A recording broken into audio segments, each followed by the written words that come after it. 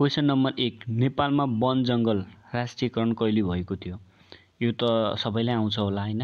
यसको सही एन्सर 2013 सालमा चाहिँ डी उहाँले चाहिँ मिलाउनु भएको रहेछ। यो चाहिँ सही रहेछ उहाँको हैन। 2013 साल डी यसको सही एन्सर हो। त्यसैगरी नेपालमा संरक्षित पन्छीहरू यो त पढ्दै आएको हो हामीले, सी मिलाउनु भएको रहेछ हैन। अर्थात् 9 वटा चाहिँ सी भन्दा पनि तपाईले देखिरहनु होला स्क्रिनमा। नेपालमा संरक्षित पन्छीहरूको संख्या 9 वटा छ। विश्व वन दिवस कहिले मनाइन्छ? यदि वन रक्षकको पढ्नुहुन्छ भने यो क्वेसन त कसैले छुटायो होइन हैन। 21 मार्च 21 मार्च विश्व वन दिवस। ए मा जनवरी 21 छ, बी मा 21 मार्च छ, त्यसैगरी सी मा 21 जुन छ अनि डी मा अगस्त 21 छ। यसको सही एन्सर 21 मार्च बी नै हो हैन। वनको गणना कसरी गर्न उपयुक्त हुन्छ?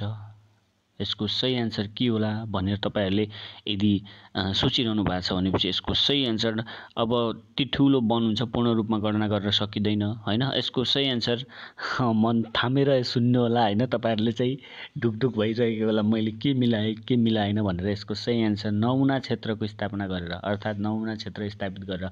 यहाँ ब्रोले कुनै कुनै रङ पनि गर्नु भएको छ, कुनै कुनै सही पनि गर्नु भएको छ हैन। फेरि यो टिक लगाएको सबै सही हो भनेर नबुझ्नु होला। त्यसैगरी पूर्ण रूपमा गणना गर्न त हामी सक्दैनौं। यसको सही एन्सर बी नमुना क्षेत्रको रूपमा स्थापित गरेर। त्यसैगरी नेपालमा टिम्बर कर्पोरेसनको स्थापना कहिले भयो? यो चाहिँ एउटा टिम्बर तपाई नेटमा टिम्बर कर्पोरेसन यसको बारेमा हामी विस्तृत रूपमा फेरि यो एन्सर मात्र हो, यसको बारेमा विस्तृत रूपमा हामी पढ्नेछौं केही समयपछि। टिम्बर कर्पोरेसन भन्ने नेपालमा यदि नेटमा सर्च गर्नुहुन्छ भनेपछि तपाईले टिम्बर कर्पोरेसन स्टेबिलिटी भनेर नेटमा सर्च गर्नुहुन्छ भनेपछि तपाईहरुको फेसमा रिजल्ट आउँछ अर्थात् सही एन्सर आउँछ। यसको सही एन्सर हो, तपाईहरुको मन थामेर सुन्नु होला। यसको सही एन्सर ए अथवा 2017 साल हो है। अनि त्यसपछि नेपालमा कुन किसिमको वन क्षेत्र सबैभन्दा बढी छ? क्वेशन नम्बर 6 कि बी को। अनि तपाईकोमा अरु पनि हुन सक्छ हैन। नेपालमा कुन किसिमको सबैभन्दा बढी वन छन्?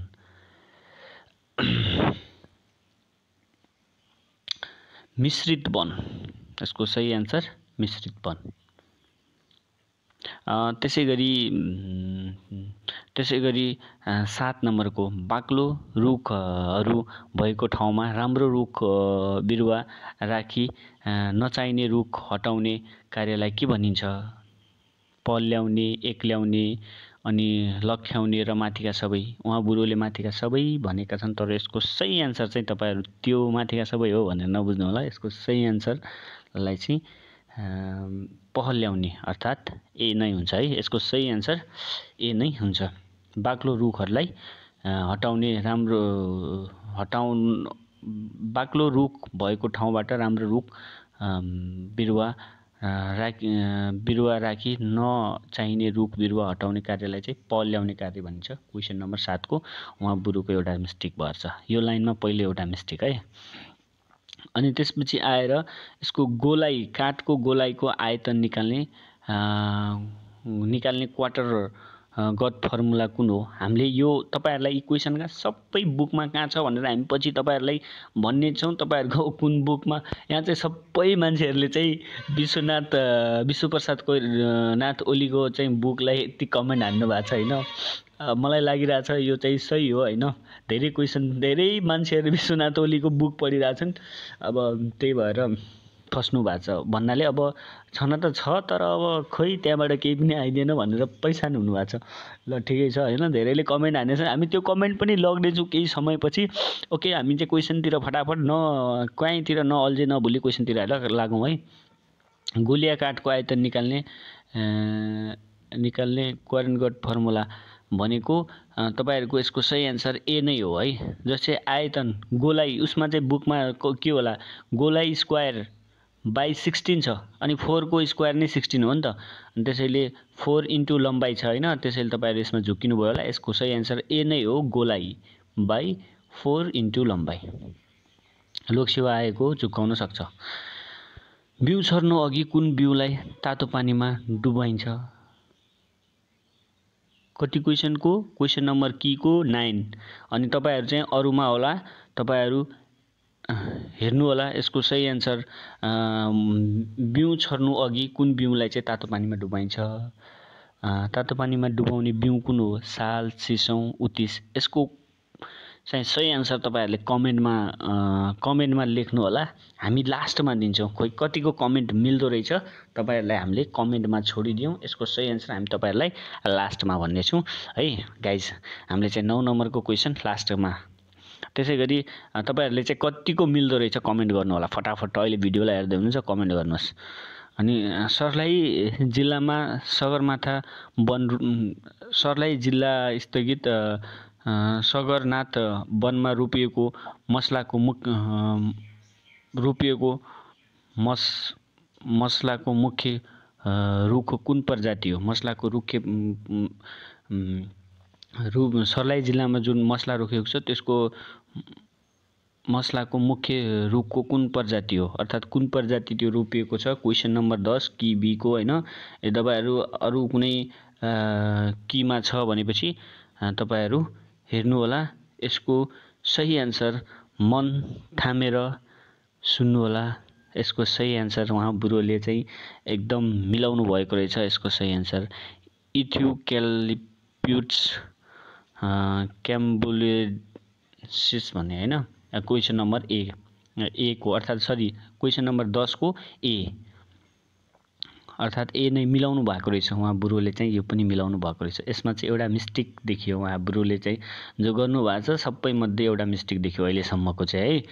नेपालमा तराईको साल वनको व्यवस्था गर्दा अपनाउँदै आएको वन संवर्धन प्रणाली कुन हो? यदि नेपालमा अपनाउँदै आएको वन संवर्धन प्रणाली कुन हो? क्वेसन नम्बर 11 तपाईँले हेर्न सक्नुहुन्छ। क्वेसन नम्बर 11 को मजाले यसको सही एन्सर तपाईँहरूको मन थामेर सोच्नु होला। यसको सही एन्सर इरेलुगर सेल्टर वुड सिस्टम यसको सही एन्सर नै हो। उहाँ बुढोलाई चाहिँ एकदम कङ्ग्रेचुलेसन भन्न चाहन्छु। एउटा मात्र मिस्टेक भएको छ अहिलेसम्म है हामीले पढेको अहिलेसम्ममा 11 क्वेसनमा एउटा मात्र मिस्टेक।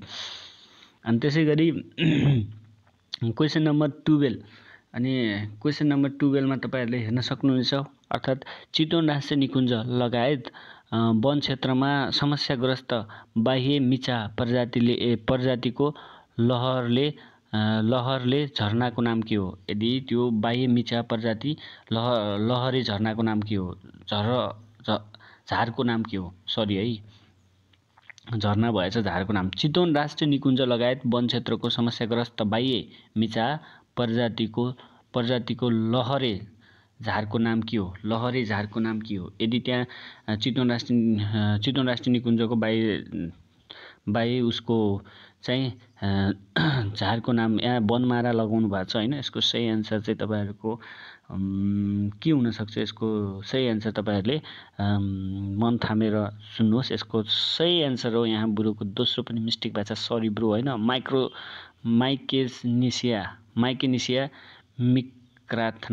माइक्रोनेसिया मिक्राथना भन्ने एउटा प्रजाति जो लहरे झार हो त्यसको नाम हो होइन। त्यसै गरी तपाईँहरूको यसमा 12 क्वेसनमा दुईटा मिस्टेक भएको छ। क्वेसन नम्बर 13 हामी 13 कि बी को हेर्दैछौँ। तपाईँहरू त तलमाथि क्वेसन हुन्छ होइन। सबै की को एउटै हो क्वेसन, सबै की को एउटै हो।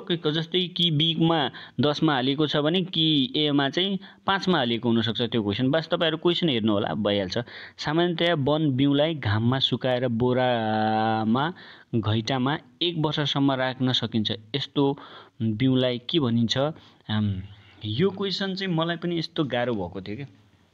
यो क्वेसन मैले एउटा अब यदि तपाईँ चाहिँ एग्रिकल्चर फिल्डको हुनुहुन्छ भने यो क्वेसनलाई चाहिँ तपाईँहरूले मजाले गर्न सक्नुहुन्छ। हामी क्वेसन नम्बर तपाईँहरूको यसको सही एन्सर हो। अब तपाईँहरूलाई 4वटा अप्सन दिएको छ। रिक्यालिन्स्टेन्डर, अर्थोडक्स अनि इलाक्स र कुनै पनि होइन। यसको सही एन्सर तपाईँहरूले के गर्नुभएको थियो? यसको सही एन्सर के मिल्छ? यसको सही एन्सर अर्थोडक्स हो है। यो कडा खालको बिउ हुन्छ जो यसमा चाहिँ भिजाएर अनि त्यसलाई चाहिँ सुकाउनु लागि चाहिँ यसमा चाहिँ एग्रिकल्चर फिल्डको मान्छेहरूलाई अझ बढी यसमा नलेज हुन्छ हैन।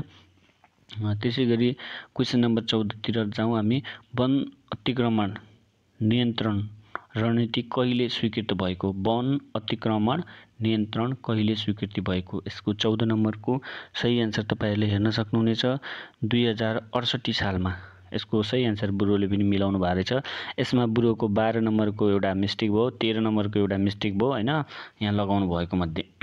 तपाईहरुले यदि अझै पनि तपाईहरुलाई म 12 नम्बरको यदि तपाईहरुले थाहा छैन भनेपछि यसको सही आन्सर म फेरि 12 नम्बरको चितवन राष्ट्रिय निकुञ्जमा लगायत वन क्षेत्रमा समस्याग्रस्त बाह्य मिचाहा प्रजाति लहरे झारको नाम के हो? यसको सही आन्सर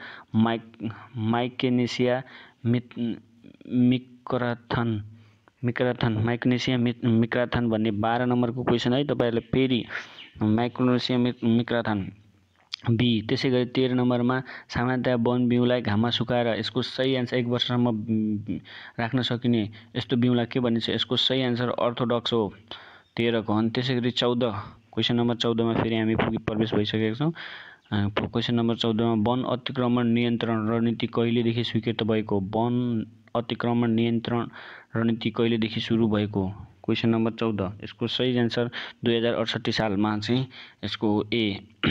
तपाईहरु पनि हेर्नु होला आफ्नो क्वेसनमा। त्यसै गरी नेपालमा चिडियाखाना ऐन कति सालमा स्वीकृत भएको? तपाईहरुले यदि इन्टरनेटमा खोज्नुहुन्छ भने पनि पाउनुहुन्छ। सन्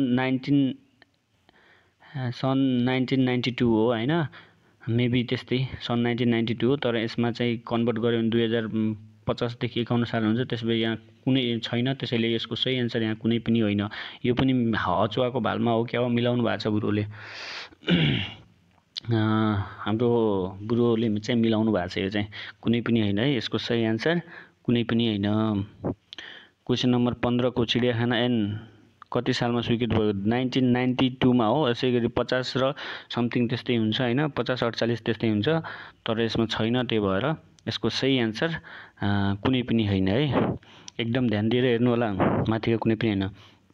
क्वेसन नम्बर 16 कीटनाशक औषधिको रूपमा प्रयोग हुने रुख कुन हो? यो त सबै बच्चाहरूलाई पनि थाहा हुने कुरो हो, नीम। यसको सही आन्सर। अनि त्यसैले 17 वन भन्नाले न्यूनतम कति क्षेत्रफलको ओगडेको हुनुपर्छ? 0.5 हेक्टर।